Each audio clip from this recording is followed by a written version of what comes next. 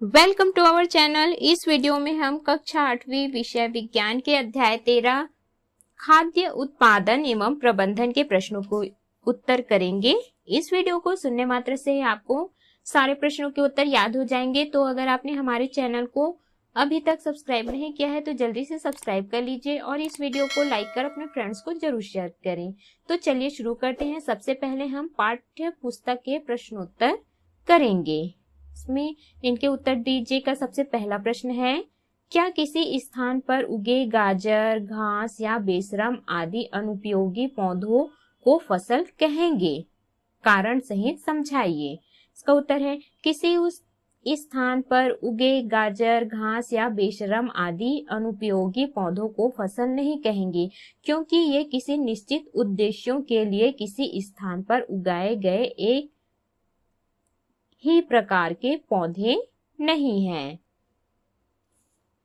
अगला है प्रश्न दूसरा, ऋतुओं के आधार पर फसलों के प्रकार लिखिए। इसका उत्तर है, ऋतुओं के आधार पर फसलों को 3 प्रकार से बांटा जा सकता है। पहला, खरीफ फसल।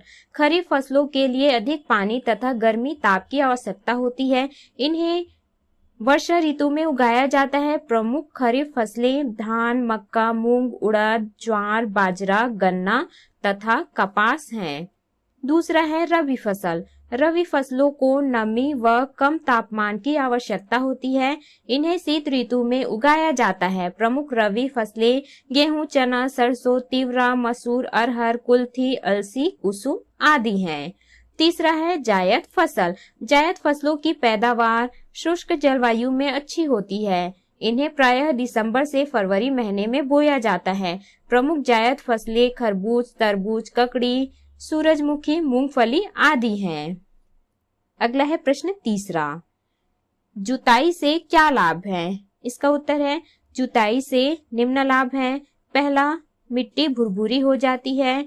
दूसरा, वायु संचार और जल धारण क्षमता बढ़ जाती है। तीसरा, रोग उत्पन्न करने वाले कीड़े, इल्लियां, अंडे आदि नष्ट हो जाते हैं। चौथा है, भूमि का उपजाऊपन बढ़ जाता है। पांचवा है, खाद एवं उर्वरक फैल जाते हैं। छठवां, मिट्टी में दबकर घास फूस आदि खाद बन जाते हैं। प्रश्न चौथा है, जुताई के पारंपरिक और आधुनिक उपकरण कौन कौन से हैं? इसका उत्तर है, जुताई के पारंपरिक उपकरण देशी हल और मिट्टी पलट हल है तथा आधुनिक कल्टीवेटर और हैटा हैं। अगला है, इनके उत्तर दीजिए का पहला प्रश्न, बीजोपचार किसे कहते हैं, यह क्यों आवश्यक है?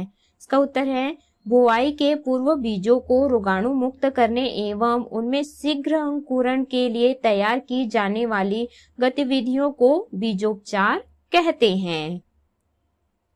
अगला है प्रश्न दूसरा, बीजों को उचित गहराई में बोना क्यों आवश्यक है? इसका उत्तर है, बीजों को उचित गहराई में बोना इसलिए आवश्यक है क्योंकि बीजों का उपचार अच्छी तरह से अधिक मात्रा में हो। अगला है प्रश्न तीसरा, कंपोस्ट खाद किस तरह तैयार की जाती है? इसका उत्तर है, कंपोस्ट खाद तैयार करने के लिए 1 मीटर लंबा गुणित 1 मीटर चौड़ा गुणित 1 मीटर गहरा गड्ढा करके उसमें कागज के टुकड़े, पेड़ पौधों की टहनियां, पत्तियां, फलों के छिलके, पशुओं के गोबर जैसे पदार्थों से गड्ढे को भर देते हैं, जो कि काले भुरभुरे पदार्थ में बदल जाते हैं। इसे ही कंपोस्ट खाद कहते हैं। प्रश्न चौथा है, केचुए को कृषि मित्र क्यों माना जाता है? इसका उत्तर है, केचुए मिट्टी में उपस्थित सड़े गले पदार्थों को खाते हैं और मल के द्वारा इन्हें जैविक खाद के रूप में निकालते हैं, जिसमें नाइट्रोजन, फास्फोरस तथा पोटेशियम आदि पोषक तत्व प्रचुर मात्रा में पाए जाते हैं। केचुए गंदगी का निवारण कर पर्यावरण को स्वच्छ रखते हैं, साथ ही जैविक खाद उपलब्ध करता है, इसलिए केचुए को कृषि मित्र माना जाता है। अगला है प्रश्न पांचवा,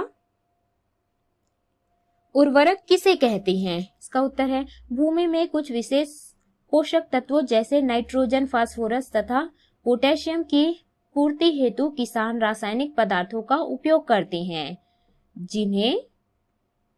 इन्हें उर्वरक कहते हैं। प्रश्न 6वां है फसल के लिए सिंचाई क्यों आवश्यक है? इसका उत्तर है फसल के लिए सिंचाई इसलिए आवश्यक है क्योंकि फसलों को सही समय पर उचित मात्रा में पानी मिलने से उत्पादन पर प्रभाव पड़ता है, जिसके कारण उत्पादन प्रभावित होता है। अगला है प्रश्न 7वां आधुनिक सिंचाई पद्धतियां कौन कौन सी हैं? इसका उत्तर है आधुनिक सिंचाई पद्धतियां स्प्रिंकलर द्वारा तथा ड्रिप टपक सिंचाई द्वारा की जाती है। प्रश्न 8वां है क्या एक ही खेत में धान परवल की खेती की जा सकती है? कारण सहित लिखें। इसका उत्तर है नहीं, एक ही खेत में धान तथा परवल की खेती नहीं की जा सकती क्योंकि धान के फसल को अत्यधिक मात्रा में पानी की आवश्यकता होती है, जबकि परवल के फसल को कम मात्रा में पानी की आवश्यकता होती है। अत्यधिक मात्रा में खेतों में पानी होने पर परवल की फसल सड़कर गल जाएगी, इसलिए एक ही खेत में धान या परवल की खेती नहीं की जा सकती। अगला है इनके उत्तर दीजिए का पहला प्रश्न गर्मियों में फल तथा सब्जियां जल्दी सड़ने लग जाती हैं और ठंड में अधिक समय तक ताजी रहती हैं, क्यों? इसका उत्तर है गर्मियों में फल तथा सब्जी जल्दी सड़ने लग जाती हैं क्योंकि सूक्ष्म जीव जैविक क्रियाओं को अधिक तेज कर देती हैं, परंतु ठंड में अधिक समय तक ताजी रहती हैं क्योंकि ठंड में सूक्ष्म जीवों की जैविक क्रियाएं मंद हो जाती हैं। प्रश्न दूसरा है खरपतवार किसे कहते हैं? खरपतवार नियंत्रण क्यों आवश्यक है? इसका उत्तर है खेतों में मुख्य फसल के साथ उग आए अनावश्यक पौधों को खरपतवार कहते हैं। खरपतवार फसल के साथ पोषक तत्वों, जल, स्थान तथा प्रकाश के लिए प्रतिस्पर्धा करते हैं, जिससे पौधों की वृद्धि कम हो जाती है।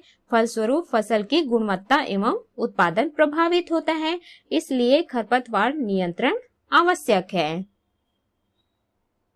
अगला है प्रश्न तीसरा पीड़कों से फसल की सुरक्षा कैसे की जा सकती है?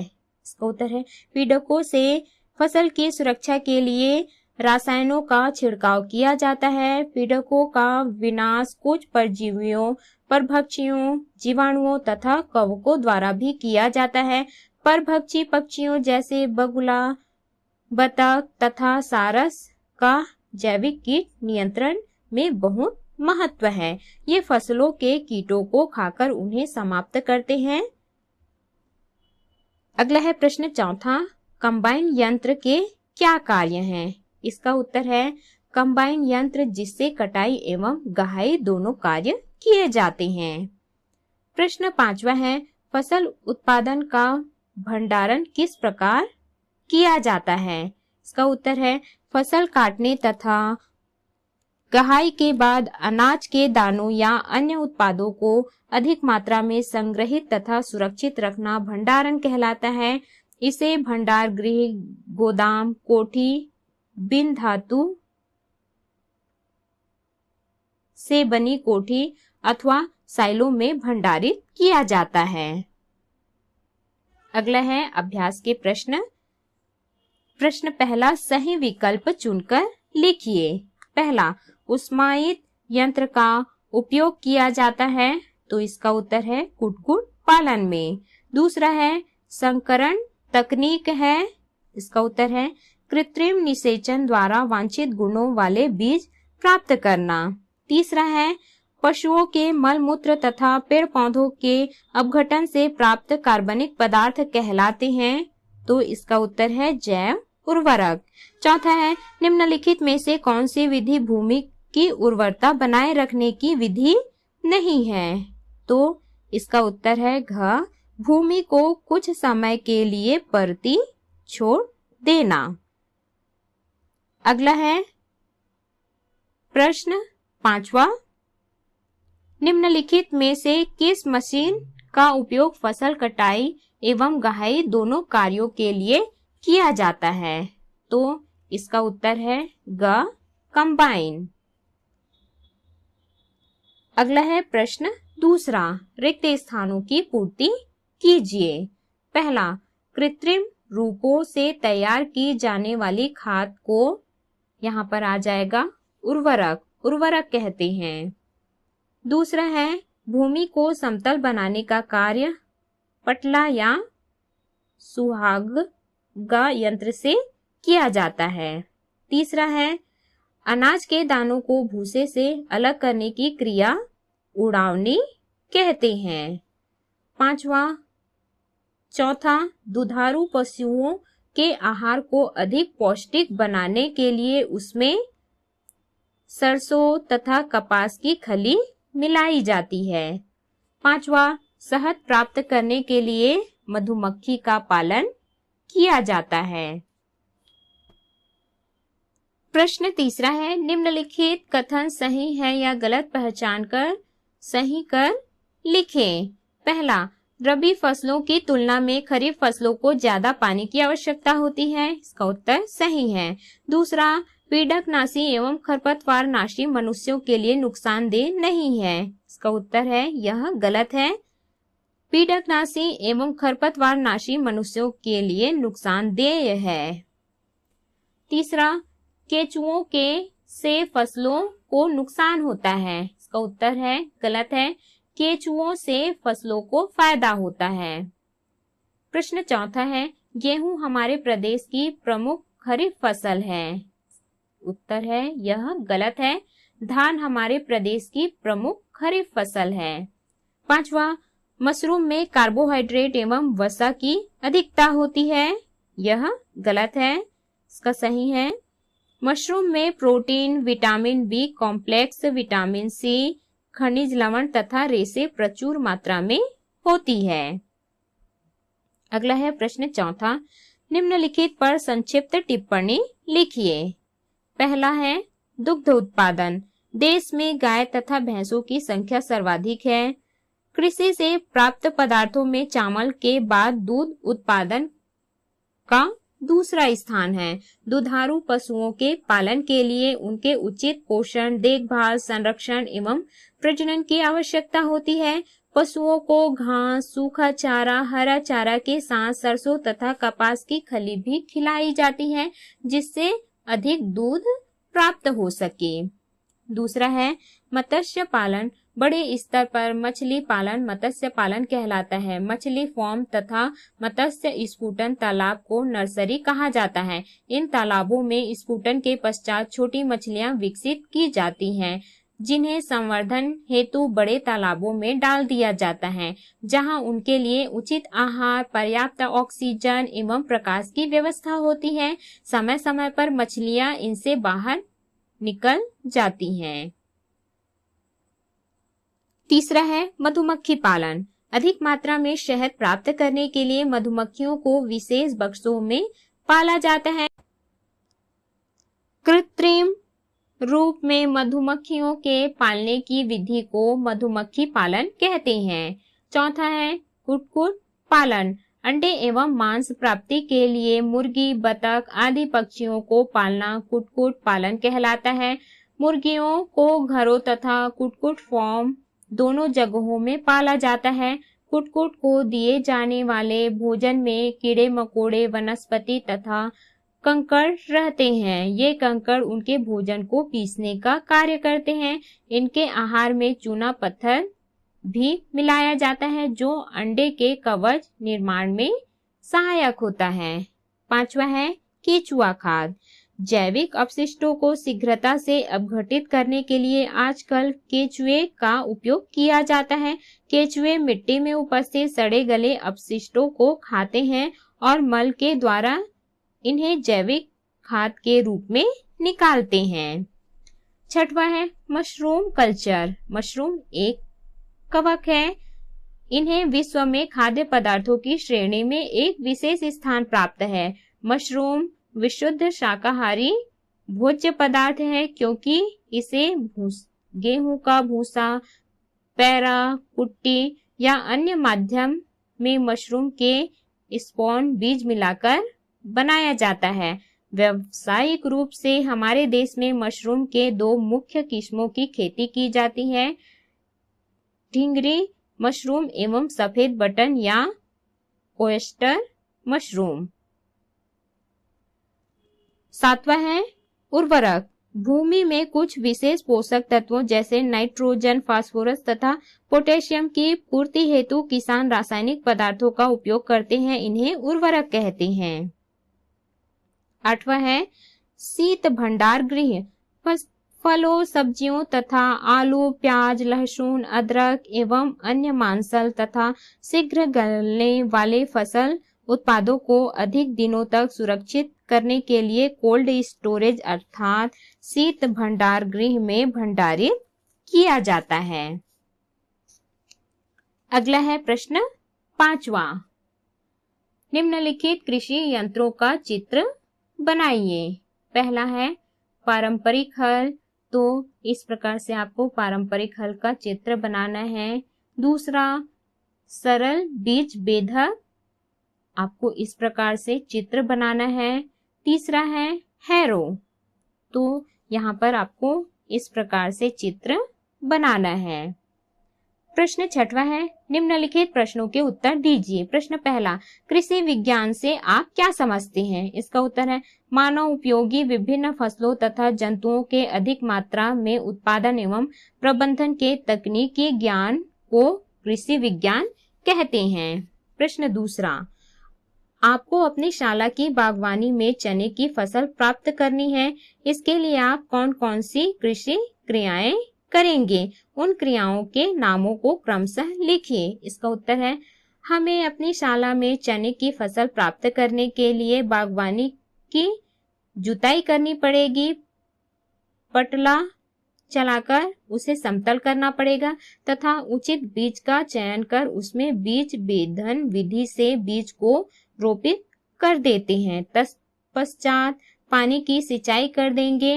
इसके पूर्व कंपोस्ट खाद डालकर भूमि की उर्वरकता को बढ़ाते हैं तथा बाद में भी रासायनिक उर्वरक डालते हैं। प्रश्न तीसरा है बुआई की छरहटा विधि एवं बीज बेधन विधि में से आप किसे अच्छा मानते हैं और क्यों? इसका उत्तर है बीज बेधन विधि को अच्छा मानते हैं क्योंकि इसमें बीज एक निश्चित कतार में व समान गहराई में समान रूप से बुआई होती है। प्रश्न चौथा है सामान्य बीजों की तुलना में संकरित बीज क्यों उत्तम माने जाते हैं? इसका उत्तर है सामान्य बीजों की तुलना में संकरित बीज उत्तम इसलिए माना जाता है ताकि अच्छी पैदावार प्राप्त की जा सके। प्रश्न पांचवा है रोपण विधि से बोई जाने वाली फसलों के नाम लिखिए। इसका उत्तर है रोपण विधि से बोई जाने वाली फसलों के नाम प्याज, मिर्च, टमाटर, भटा, गोभी आदि हैं। प्रश्न छठवा है सिंचाई की किन्हीं 2 नवीन तकनीकों के संबंध में संक्षिप्त जानकारी लिखिए। इसका उत्तर है सिंचाई की 2 नवीन तकनीक निम्न है। पहला स्प्रिंकलर अथवा बौछारी फव्वारा सिंचाई। इस पद्धति में खड़ी फसल पर कृत्रिम रूप से पाइपों में पानी की बरसात की जाती है।